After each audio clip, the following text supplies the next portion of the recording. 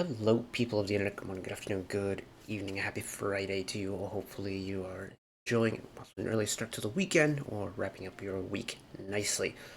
We have got the rest of the Everglow drop. Check out. There should be, I believe, 2 more B-sides on the All My Girls single album to listen to go through. It just feels so good that they're back, man. I mentioned it during when we watched the MV for Slay, but it genuinely does feel like order is restored now. Like, there are groups that do a hard hitting sound signature when, especially in the girl group department. But Everglow for me have always done it really well, and it's just so nice that we get that kind of music back again from them. But of course, 2 more songs to check out. We have Oh My God. Thought I was misreading that, as there's definitely 2 Ma's in there. Oh My God. And Make Me Feel, 2 B-sides on the single to check out if you're new around here on these album listens. Essentially what we do is I go through every single song on the album, whatever length the album ends up being. We usually skip the title track to save time, things like that. Cover every song. I read the song credits, who partook in it. Maybe I'll go through some previous works that they've done, listen to the song, talk about it, the usual 9 yards. Whatever song we're listening to is going to be chapter based in the timeline below. If you want to skip ahead to a certain song of your choice, or you kind of want to keep up with where we are in the album, especially if they're longer albums. In this case, it won't really matter because it's only 2 songs, but if you're in it for the long haul like me, or relative long haul like me, welcome aboard. Let's get started. So this, let me pull it up real quick. Here we go. Oh My God. Produced by Tobias Naslund, who did Wicked Love and Hate Rodrigo for Yena, and Pretty Boys, Back Together and Company for Everglow, and Secret Numbers Doxa. Nice. And then lots of people involved with the lyrics. Some familiar faces. I see EU's in this as well. Maria Marcus. Admittedly, the lyrics won't mean too much for me because I don't know what the lyrics mean just by hearing it, let alone, like, even if there were captions, I wouldn't really be able to read it, so that's my bad, but let's get into it. Here we go.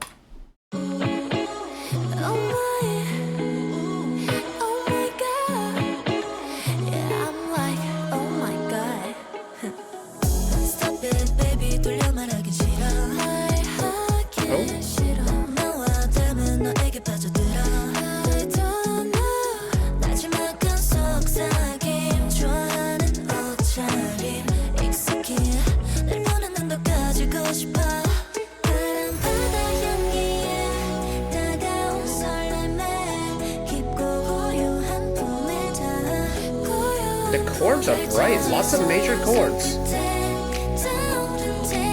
But it's not an overly, like, bubblegum pop song bright either.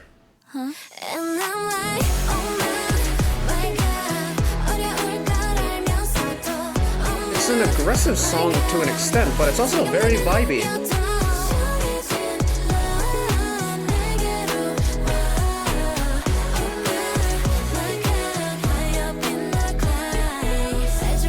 I love the vocal layering in that.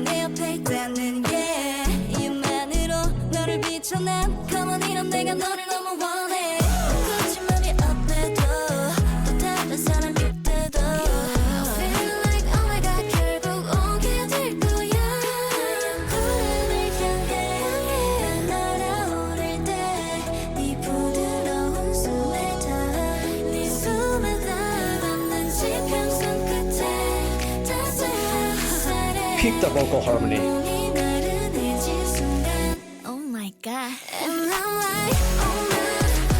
Is it just me, or does it feel like there's a little bit more in terms of vocal harmony in this album than in, like, previous albums they've done?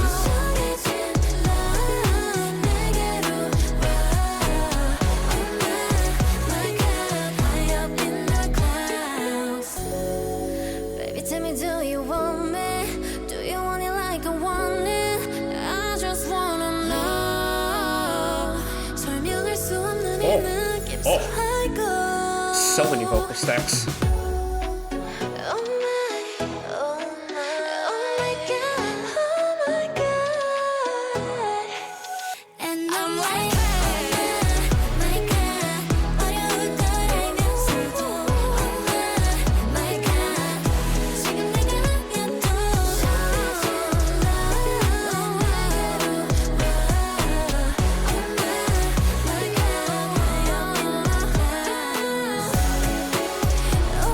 Thank you, post-chorus.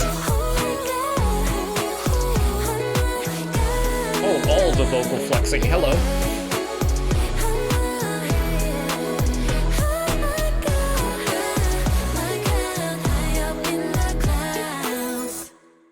Wow. Oh my goodness. That was completely accidental. I did not mean to try and make a pun out of that, but wow. The vocals. There were so many vocal parts in that. Like, this is a, just over 3-minute song. But there was enough vocal parts in there to say, if you were to explode all of the vocal harmonies in the song, especially in the choruses, and you kind of lined them up end to end, instead of how they're stacked currently, you probably have enough vocal parts for like 2.5 songs. That's how many vocal parts there were in this, and I loved it. I'm trying to think back to other Everglow B-sides that would have had this rich of a vocal part, and I can't think of any. That's kind of the reason why it's got me thinking if Everglow have ever had a project that was this vocally intense. Even if we go back to Slay in a way, it's a lot more vocal layering than past eras. At least, that's how it came across to me when I listened to it. And I'm not mad at it. In fact, all the vocal layered portions are really cool, really well done. And it's almost like the vocalists are fighting back against the usual heavy-hitting instrumental parts on Everglow songs. And yes, this song isn't a very heavy-hitting song. In fact, it's a very vibey song, all things considered. But the instrumental part still packs a decent punch behind it. And it's almost like the vocal parts are fighting back that power by throwing all the vocal harmonies at us. And I love that. Because even though I describe it like they're battling each other, it's extremely well balanced. And in fact, so well balanced that there are certain vocal harmonies that sound exactly the same, like blend-wise, as how all the synth chords are being played, and they mesh with together so well. Maybe there's a little bit of engineering done with, like, filters and things like that. But the harmonies in this are so cool. And just the overall vibe of this song is energetic but chill. Vibey with a little bit of bounce in it. It's a nice in the middle for a whole lot of different genres. And I like it. Solid work. And unfortunately, because it's a single, we have only one more song to go. This is Make Me Feel, produced by Michael Lindgren Schultz, who has done work on, I see some Twice songs in here, like Cry For Me, Can't Stop Me, BTS's Boy With Love, Dalila Bantan, Love Song by TXT, Microcosmos by BTS, Stay Gold by BTS,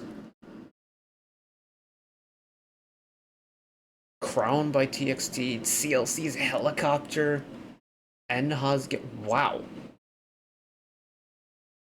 This Genius page has everything in it. Oh, they also worked on Bonbon Chocolat. Oh, hell yeah. This could be fun.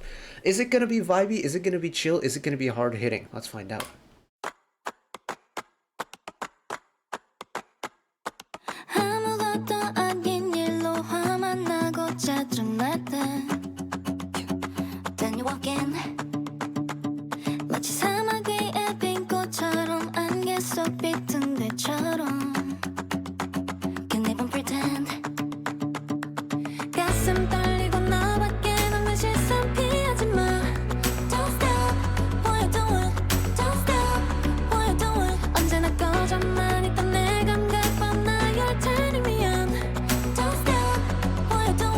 anthemy, possibly?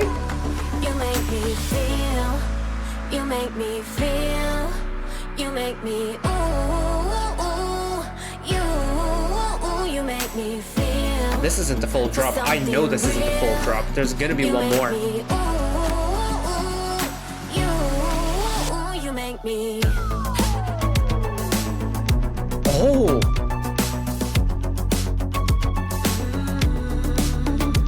Oh, the lower vocal fill. Oh wait, we're in the second verse already.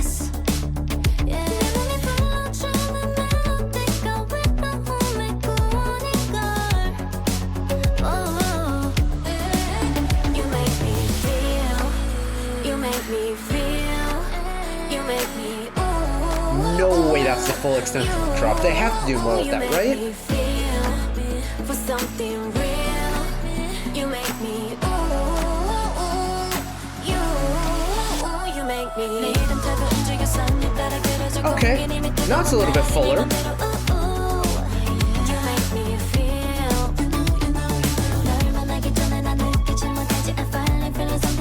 Keep the harmony.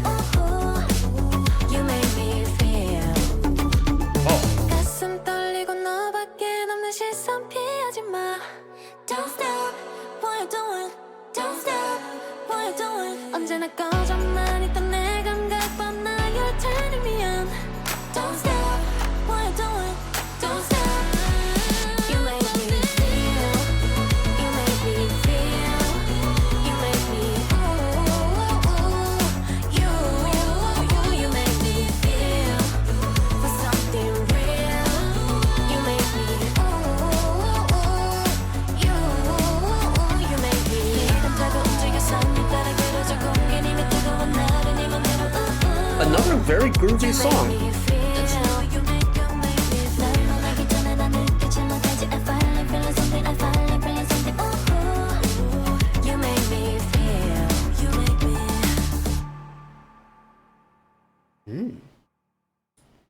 You know, in a kind of roundabout way, it does give off ballad vibes. And now, I'm not saying this is a ballad, far from it. But usually on a pop album, the final song is usually an emotional ballad of sorts. It's a great way to, complete a project, bring the energy levels right back down, things like that. And in a way, Make Me Feel does kind of have similar sensations of the album kind of wrapping up, you kind of bringing the feelings down a little bit. But it's packaged in a way where the song isn't your typical ballad or like a very emotionally driven song where long beats, big dramatic chords, big vocal moment at the end. It's actually got a nice pace in the beat. It kind of reminds me sensation wise to Limelight's Honestly.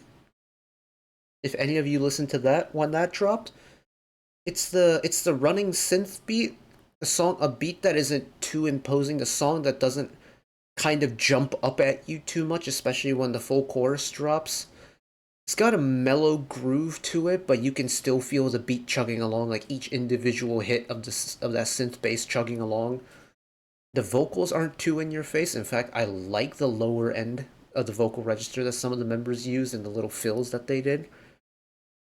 Because it's very much kind of like an antithesis for Everglow, right? Because Everglow's music is always very punchy, very flashy, very loud and in your face. So having a song like this where it kind of, brings it down a little bit. Even in like the vocal range, bringing the vocal range down a little bit, I think is very cool. I don't know if I'm going to be able to pick like a B-side out of these two, to be honest, because they both do very different jobs, and they're both actually quite very good. Although I don't know. Ooh, you know what? We'll transition off of this screen, go back. Considering this is a project that is, very long overdue, I don't really have major qualms about it. Would I have liked a proper mini album with like 5 or 6 songs on it? Yes, but that's also me being a selfish fan. That's usually how I feel about every release that comes out. It's like, I want more music. That's me being a selfish fan. And maybe there is a little bit of justification for asking for more music considering they've been absent for, what, 21 months? Coming up to 21 months, but sometimes the industry works in mysterious ways and we don't really understand it. But ultimately, it comes down to the fact that Everglow are back. They're making music. They have made music. They've released music. And that is honestly probably more than what we could have asked for at certain points during this kind of whole drought. Me following some groups that have been in droughts that are longer than this, one of whom is still ongoing. It gives me hope that holding out for a group for so long and we finally get a release at the end of it, like, there is a light at the end of the tunnel. We just have to wait a little bit longer for it. You know? I'm very pleased with this. I'm very happy with this. Hopefully you enjoyed it as much as I did, but that is it from me today. Thank you all for watching along with me, listening along with me. One last request from me today: let us work together as a community to bring a little bit of extra happiness back into the world, whether it be checking in with your friends and family, holding the door open for somebody, or even picking up a piece of trash off the street. Just one small act of kindness that may brighten up someone else's day to day. Know that wherever you are in the world, should you ever be going through a tough time in your life, for whatever reason it may be, even though I'm just some guy on the internet who waffles about music in his free time, know that I will always be a friend, ally, and a shoulder to lean on whenever you need me. So take care of yourselves, take care of each other, spread the love, and I'll see you next time. Bye bye.